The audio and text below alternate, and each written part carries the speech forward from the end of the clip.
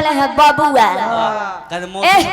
एगो 3 नंबर में बैठा रहे हैं बबुआ। कहाँ गए हैं? मौसी हमरा के कहत रहे कि कद छोटकी मौसी। आ कुछ देर के बाद कहले है कि छोटकी मौसी के गड़िया पर ना बैठ के हमने को चल जाए। अच्छा ए बबुआ ये नहीं खजाना ए महाराज ई खिसवा सच कहल बा कि माई मरो तो मौसी जियो, माई मरो तो मौसी जियो, माई के समान मौसी होले।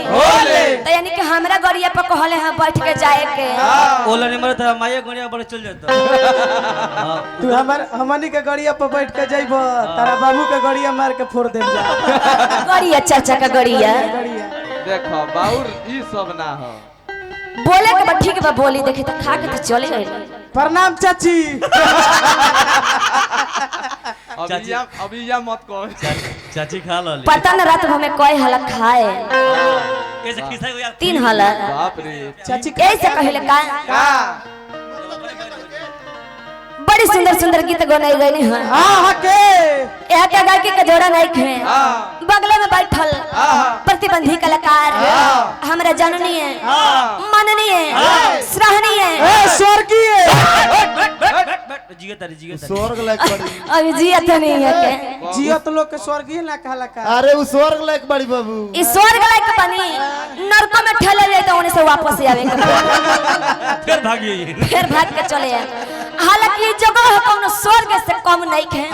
जहाँ स्थान है जहाँ भगवान के स्थान होखे, भगवान के दरबार होखे, आ इतना सुंदर श्रोता होखे, ए जगह कौन स्वर्ग से कम नहीं है। जय हो ऐसे कहले से का कि जब अपने बारे हो जाई तो दोसर दया का करी ब्याजी रौरा गावत रहनी तो हम रौरा के देखत रहनी। हां रौरा कहत नहीं गावत तारू ठीक बा कदू बड़ा आंख मारत तारू। अच्छा रौरा सब बताई कोई आला हम कदू आंख मरनी यहां के लौक गइला कोटे। महाराज रवा मारवावत तबे नु आंखवा मारत आंख मारत को के मारवावत। ऐसे पहले कोई हो बेटा के मौसी के रोको आंख मारे से। ऐसे कहले का निर्मला जी कि जब अपने बारे हो जाई तो दोसर दया का करी ए महाराज जब अपने बारे हो जाई तो दोसर दया का करी जब हम चेहरा पर पानी ना रही तो हम कपड़ा नया का करी हई मनीषा राज हई कीचड़ में रही हैं तो कमले के फूल को होई है एक और पर कोनो बेहाया का करी।